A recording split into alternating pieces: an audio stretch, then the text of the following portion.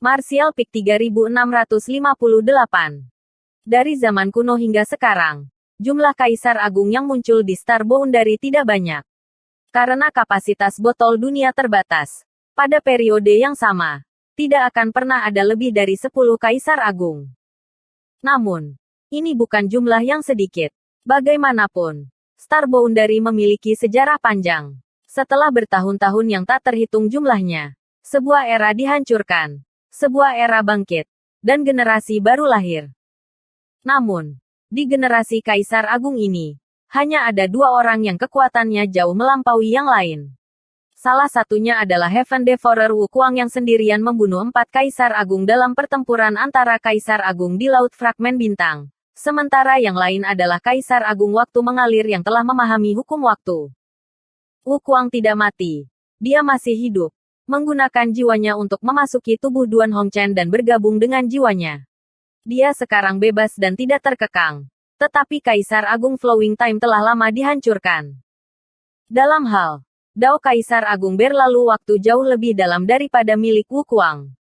Orang-orang dari Star Boundary pernah berkata bahwa jika Kaisar Agung Flowing Time dan Kaisar Agung Pemakan Surga berada di generasi yang sama, keduanya pasti akan memiliki pertempuran sengit, dan tidak mungkin untuk menentukan siapa yang lebih kuat.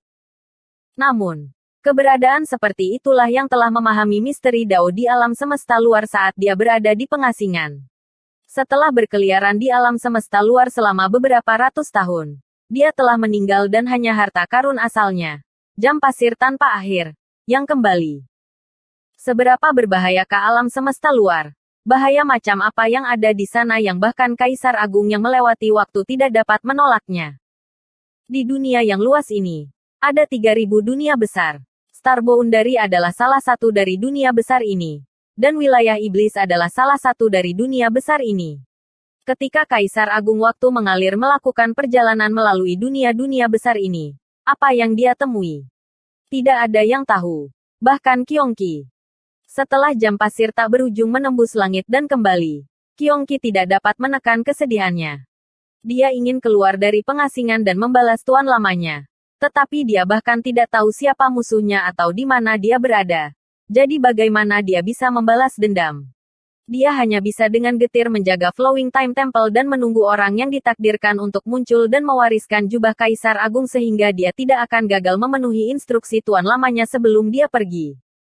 Mengatakan demikian, ekspresi Qiongqi menjadi agak bersalah. Yang Kai menyipitkan matanya dan menatapnya. Qiong tua, kamu terlalu tidak baik. Dengan kecerdasan yang Sue, bagaimana mungkin dia tidak mengerti apa yang membuat Qiongqi merasa bersalah? Secara alami, dia juga mengerti arti di balik kata-kata Yang Kai. Setelah mendapatkan warisan Kaisar Agung Waktu Mengalir, Yang Sue telah menjadi murid Kaisar Agung Waktu Mengalir.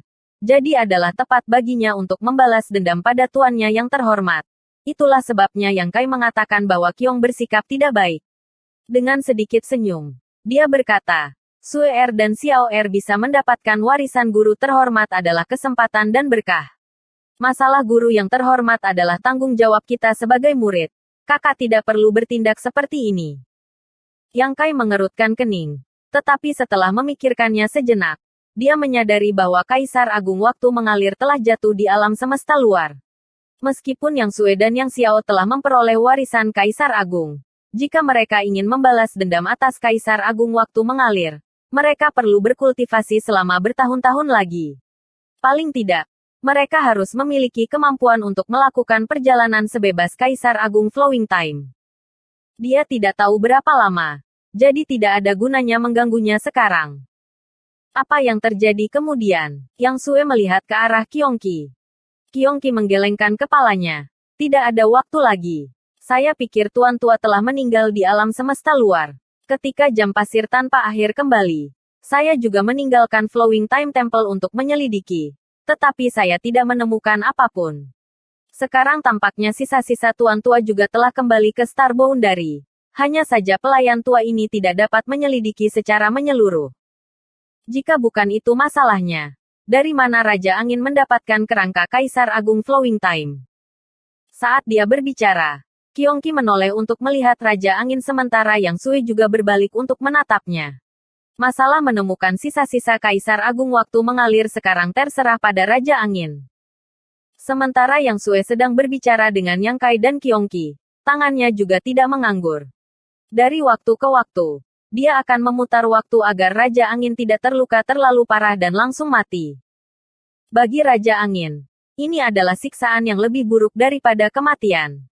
Meskipun Yang Xiao tidak menggunakan kekuatan penuhnya, dia masih berhasil memahami situasi dengan sempurna. Setiap kali dia dipukul, hidupnya tergantung pada seutas benang dan dia hampir kehilangan nyawanya. Tetapi setiap kali ini terjadi, cahaya misterius akan keluar dari tangan gadis muda itu dan kekuatan tak terlihat akan menariknya kembali dari gerbang neraka sebelum dia dipukuli oleh Yang Xiao lagi. Wind Monarch telah berkultivasi selama bertahun-tahun. Tetapi dia tidak pernah berpikir bahwa akan ada metode kejam untuk menyiksa seseorang di dunia ini. Dia telah mengembara di perbatasan antara hidup dan mati beberapa kali. Dan ketakutan dan kepanikan besar yang dia rasakan dari kematian telah menelannya sepenuhnya. Ini benar-benar nasib yang lebih buruk daripada kematian. Meskipun dia adalah Kaisar Sudo, sulit baginya untuk mempertahankan hatinya.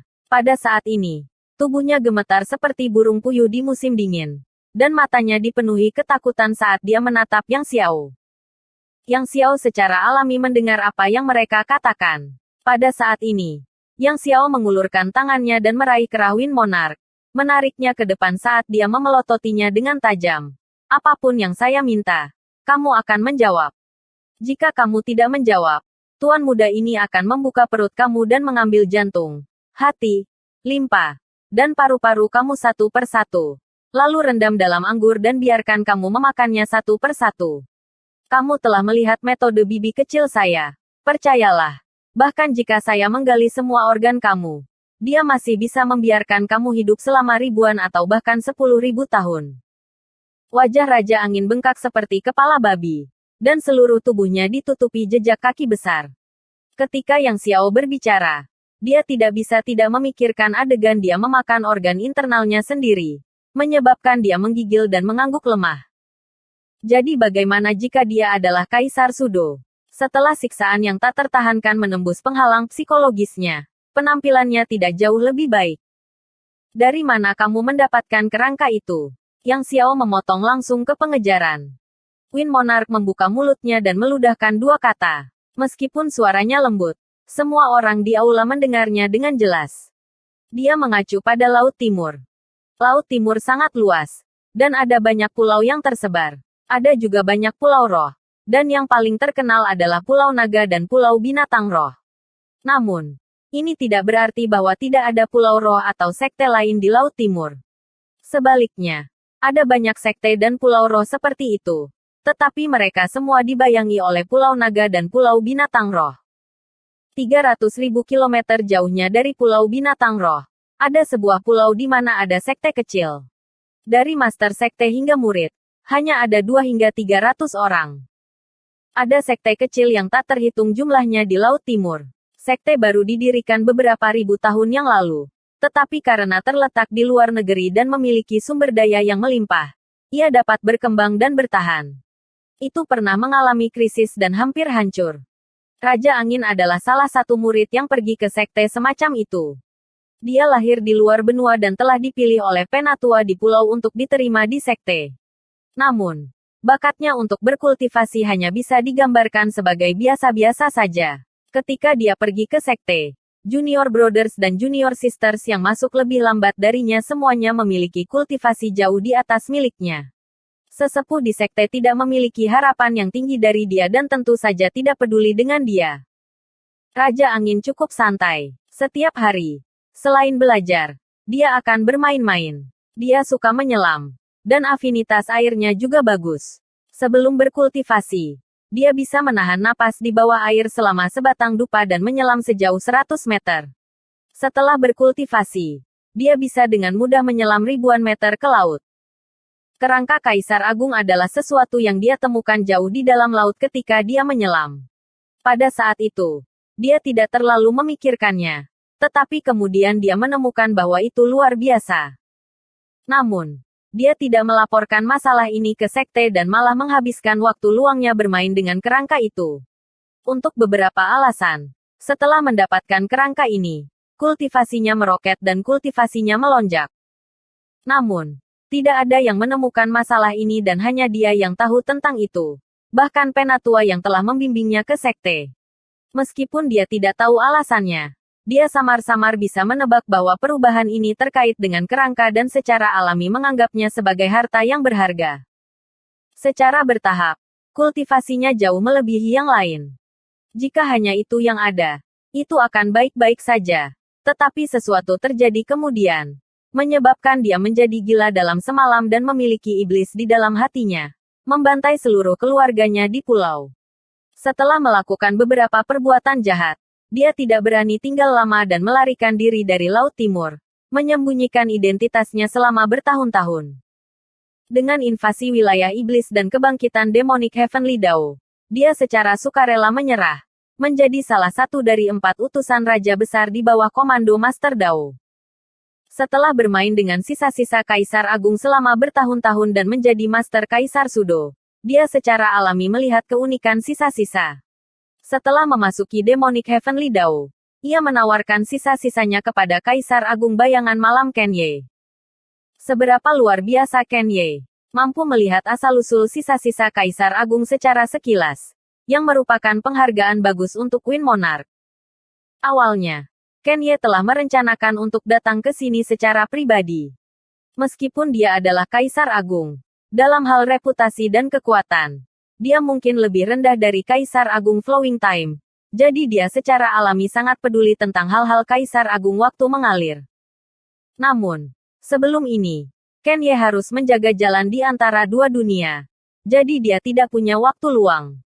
Setelah Yang Kai kembali dari wilayah iblis dan menyegel jalan antara dua dunia, situasi ras iblis akan menjadi lebih buruk.